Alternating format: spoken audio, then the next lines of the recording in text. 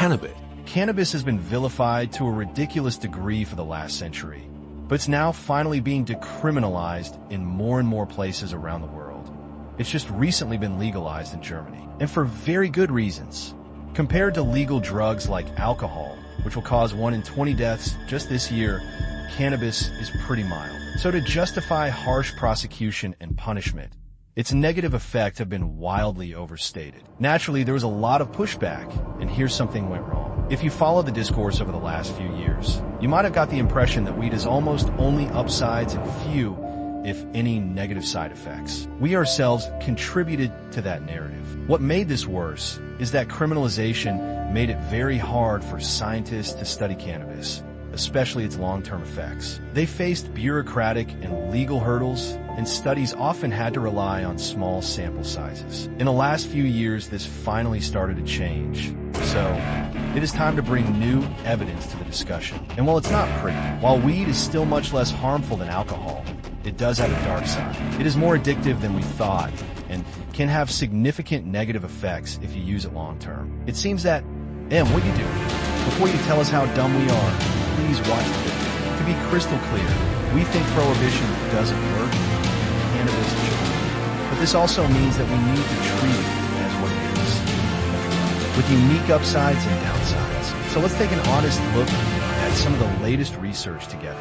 Weed is getting stronger and stronger. Weed is getting stronger and stronger. Cannabis's magic juice is tetrahydrocannabinol, THC. It docks on your cannabinoid receptors, which affects various brain functions. THC activates some regions and calms down others, creating a fun cocktail of sensations. The more THC, the more intense the high, and people seem to be into higher highs, or at least this is what the market is providing. In the US, Canada, and in Europe, the concentration of THC in legal and illegal cannabis products has more than doubled in the last few decades. While ever more potent strains are bred, products like edibles or concentrates with more than 60% THC have become increasingly common, while the share of products with less than 15% THC has declined. Unfortunately, just about every problem weed creates gets worse at higher THC doses. At the same time, more and more people use weed. In the US, more people consumed cannabis daily than alcohol for the first time in 2022. In Canada, 26% of people 16 and older use it,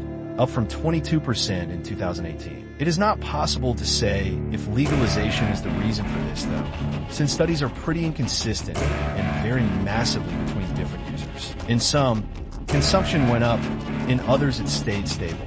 And the trend to use more weed began in the early 90s and sped up in the 2000s, way earlier than legalization. So today, more people consume more weed than ever before in the last century, and it is the strongest ever. What are we seeing as a result of this? Let's start with something that used to get you laughed out of addiction. Weed addiction and withdrawal symptoms. Weed addiction and withdrawal symptoms, a big narrative about weed is that it is not addictive, or at least not that big of a deal. And for most people, this is true. Studies clearly show that the majority handle it well.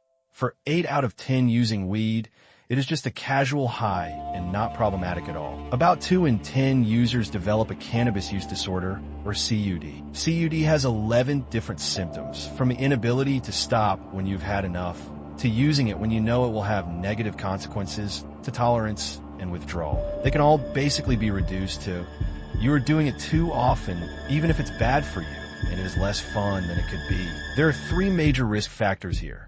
The amount of THC, how often you consume, and your age when you start using cannabis. The more THC, the more often and the younger you are when you start, the higher your risk. If you smoke too much weed, too often, it will have negative impacts on your life. So if this is you, toning it down a bit will make a big difference. 1 in 10 users develops a serious addiction. They usually consume daily, and their life is significantly impaired or held back because they spend a lot of their time either using or recovering from cannabis use. Since their brain is building a tolerance, they need increasingly high doses or stronger weed, often both. Studies found a variety of negative effects. Heavy users can experience bad moods, feel irritable, restless, paranoid, anxious, and even depressive. In a sad twist of irony, for many addicts, it feels like they need weed to fight these symptoms. Maybe it did actually help at first, while in reality, it makes those symptoms stronger and more persistent. Studies also found that loneliness and frequent cannabis use go hand in hand. If you feel lonely, you are more likely to use weed. And if you use weed, you may experience more loneliness. It is not always easy to say which came first, but they seem to reinforce each other. So, on the one hand, cannabis makes loneliness feel much less bad. On the other hand, it can also make you feel more socially awkward than you actually are and withdraw from friends. This can lead to a downward spiral that ends in self-isolation and chronic loneliness. Another thing many people who consume a lot experience is a mental numbness that makes boredom feel okay because it impacts the reward system of your brain. Not great, but good enough. You can spend your days killing time, binging mildly interesting stuff, being numb rather than having fun. Boredom is a signal to your mind to get creative or learn something new, but this is suppressed. This also makes quitting so much harder because your daily routines suddenly seem boring and unexciting, making it very tempting to go back. If you find yourself using constantly, this can also stunt your development as a person. The numbness dulls bad feelings, making it easy not to deal with them. But in life, you can only get over bad feelings if you actually feel them, and you have to process them to grow. Lastly, let's talk about physical withdrawal symptoms. The more you consume, the worse they will be for you, especially if you use daily. Withdrawal can cause headaches, sweating or chills, decreased appetite. In severe cases, even fever, nausea, and abdominal pain. You might have trouble falling asleep, and if you do, you might have disturbing dreams. The withdrawal can put you in a depressive mood where life feels bad. You can feel restless, angry, anxious, and nervous. You may feel unable to do anything at all. After a few days, these symptoms will begin to subside, and after a few weeks, they will be gone entirely.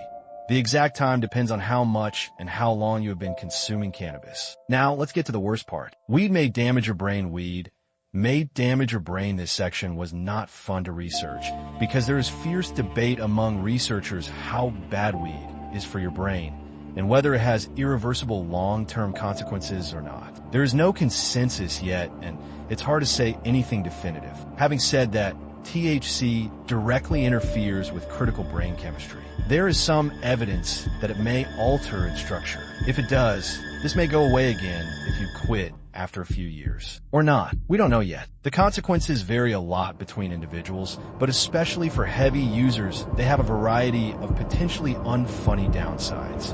The most common one is that your memory gets significantly worse. Sustained heavy use may reduce your ability to learn, your reasoning, perception, attention span, decision-making, language abilities, and impulse control. Most negative effects seem to go away or at least weaken over time after you quit.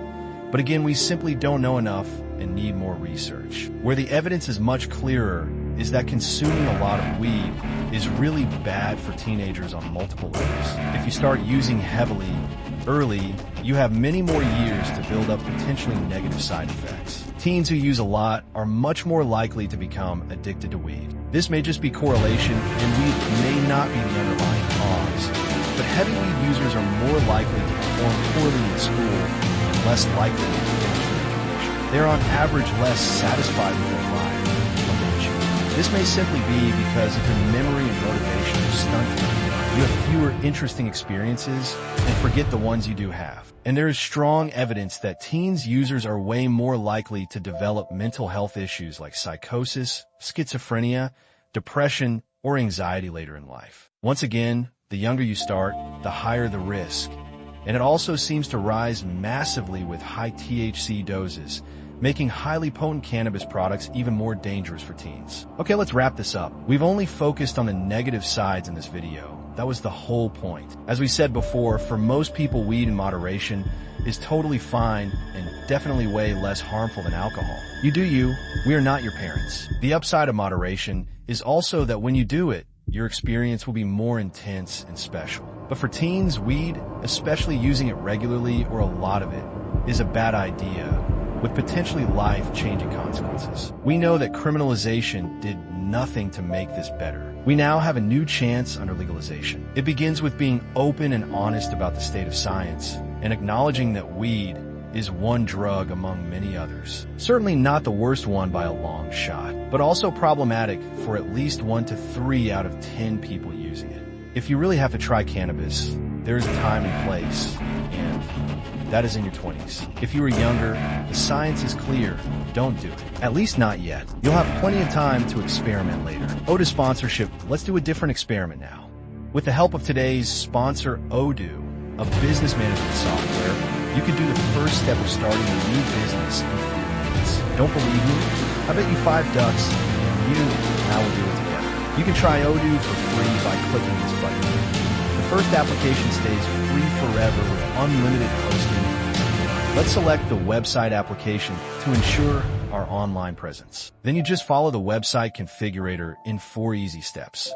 First, what kind of website do you want to create? It could be a business website, a blog, an event website. I'll put down learning platform because why not? Next, what kind of business or project do you have and what is your goal? I would say science edutainment. Step 2 is my favorite.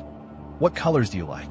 Or simply upload your logo and an AI will suggest a matching color palette. In step 3, you pick the different pages you need right now. In step 4, you just choose a template for your website. That's it.